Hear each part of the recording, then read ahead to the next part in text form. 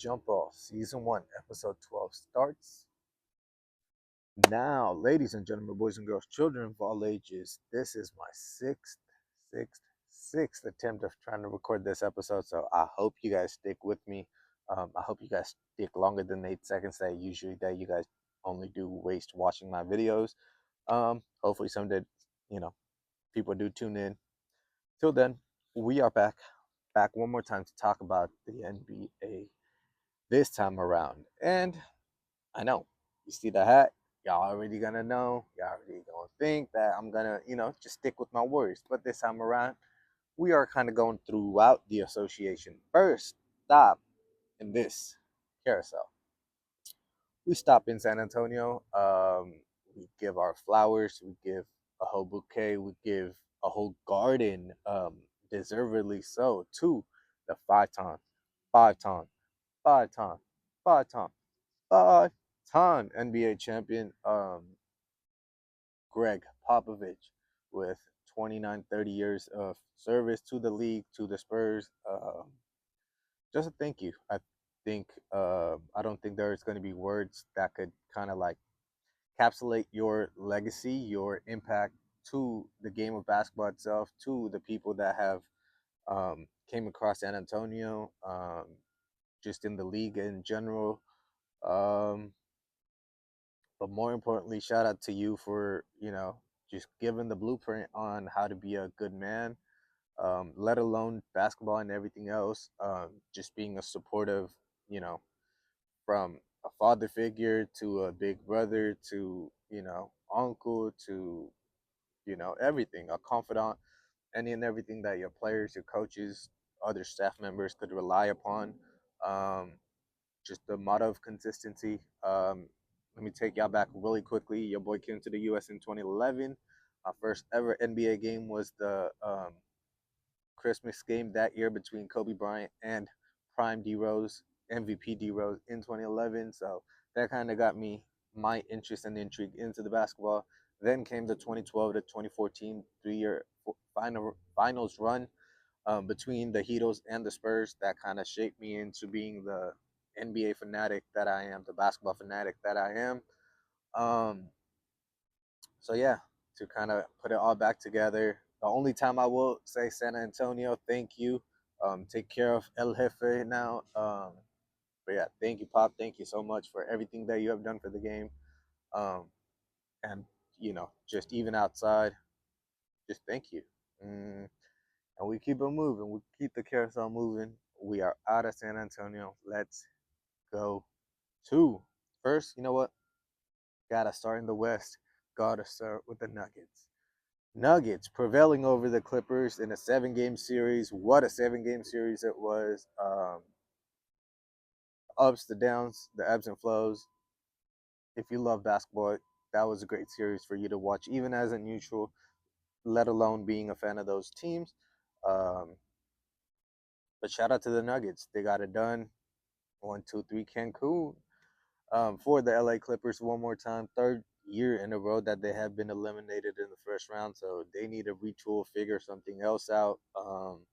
But for the Nuggets, they showed their championship pedigree. They showed, even without Michael Malone, hey, we are still the champions that won the championship on the court.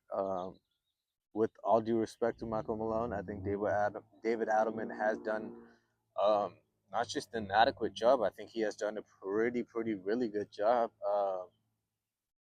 Everybody's already discrediting him and giving almost all the props to Jokic just being the coach and everything, but um, the way to handle, like, I think it was 4 games before the regular season ended, and then now your first 7 game in the playoffs is against a former NBA champion in Tyronn Lue himself as a coach. So that was a tall task, but he prevailed. As at the end, it's all about winning, and winning cures all. So we'll see what happens going forward. Um, they move on, and now they take on the OKC Thunder, which game one already concluded, and we saw what we had. I mean, pretty much thought of for the Nuggets. They did their thing, same thing again, showed their championship heart.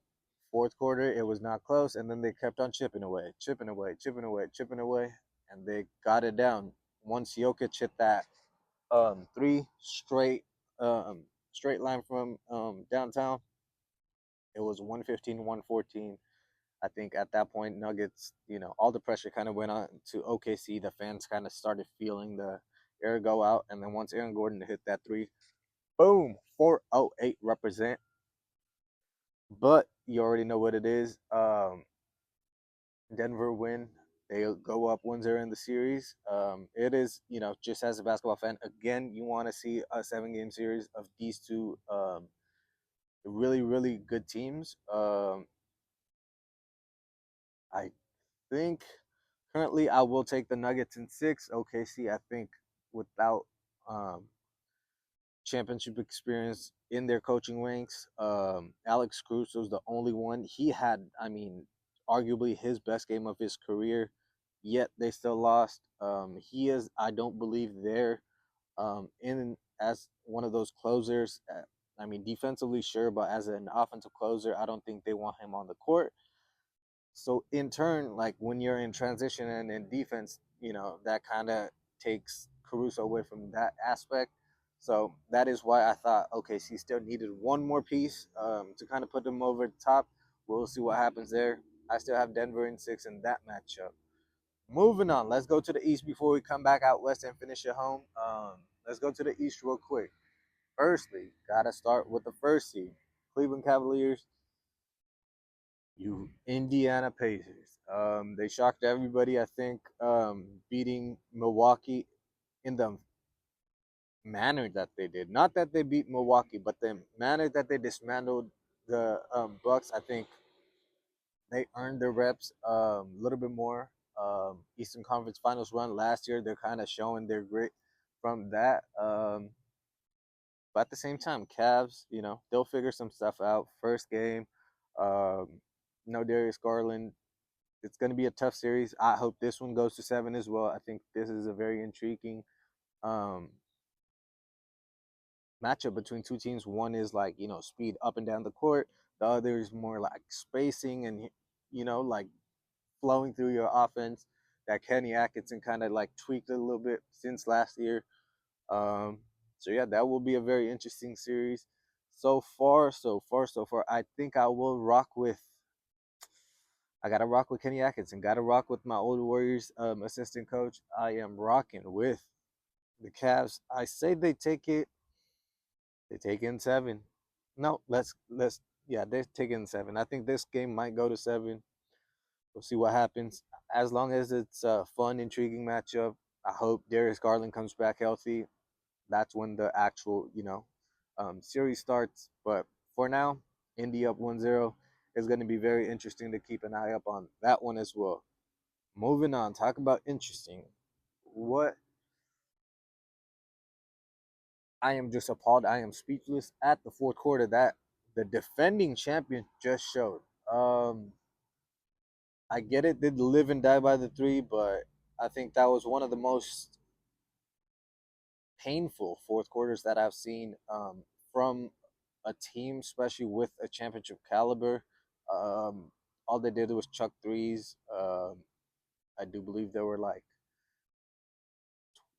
20 of 60, if I'm not wrong, something along those lines. If not 20%, 15 of 60, something like that. It was just a horrendous night shooting, and in that moment, I don't know why, Jason Tatum, Jaylen Brown, Joe Mazzulla, nobody thought, hey, let's run at least one play, high post, mid post, low post, nothing. So that kind of, sparked the question inside of me. What if, Celtics just got lucky last year?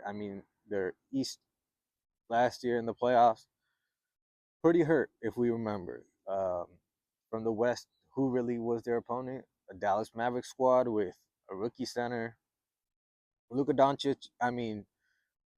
Offensively, there's almost zero flaws in his game, but we all know what his Achilles heel is until he fixes it. So Luka's still Luka. Kyrie, what did he really have success outside of Cleveland? Not really. So like as an individual, as a talent, there's without a question in my mind that Kyrie Irving's, top three, if not top one. But between leadership, all of that, the grit, the championship fortitude, and everything that it takes, I don't think he has it in him. And he was the main guy trying to take him over the top. That did not work out. So Celtics got their ring. But before that, if you keep looking back against a guy like Jimmy Butler with all the grit, they did not go through twice. Against the Warriors, they could not outdog them, got outdogged, beat them in the finals. So they finally broke through against, lesser teams in a sense. But we'll see what happens. If game one, there has to be slight adjustment. I think Boston will come out firing next one, especially being at home. But with Knicks taking the home court advantage, we have to rock with the Knicks in this one. Shout out to the boy Mikey. I hope you might be watching, but gotta rock with your Knicks on this one, bro. OG Anunoby, Mikal Bridges, Big Body Brunson, small cat, cause he ain't no big cat. And the whole crew gotta rock with him. I think you guys have the paint advantage on the outside if they keep on relying on those threes.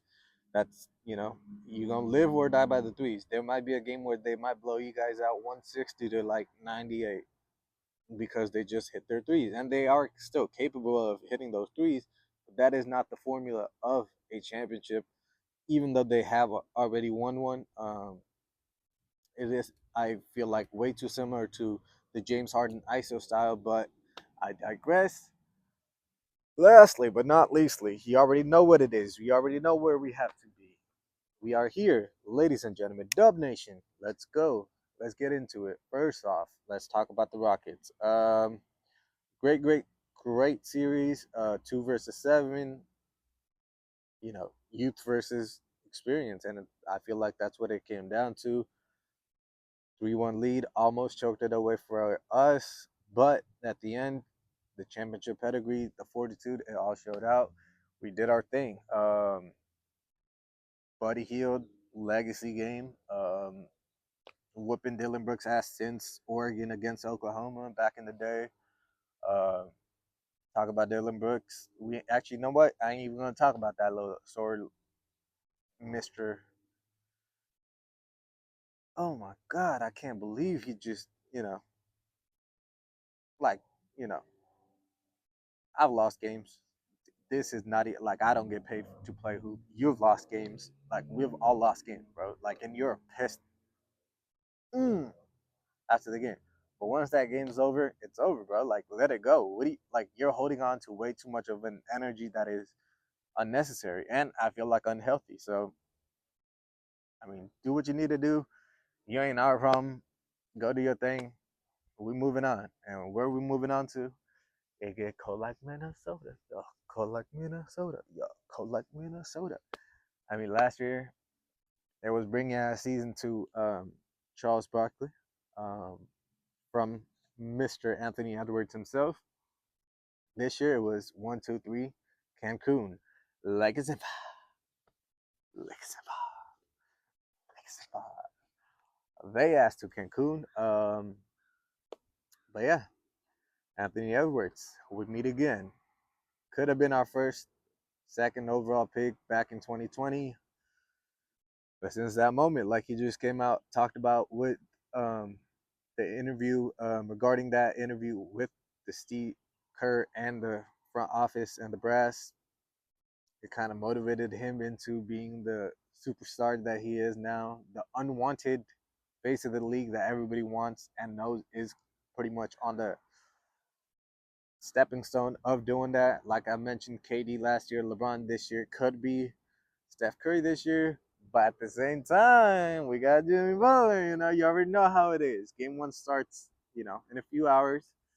I'm gonna break that down very soon. But this one was a special episode for a shout out to Pops. So shout out to Pop one more time. Dub Nation, you already know we are rocking with our Warriors. We are taking in 6, and I'm gonna catch y'all very soon. One. 2, 3. Just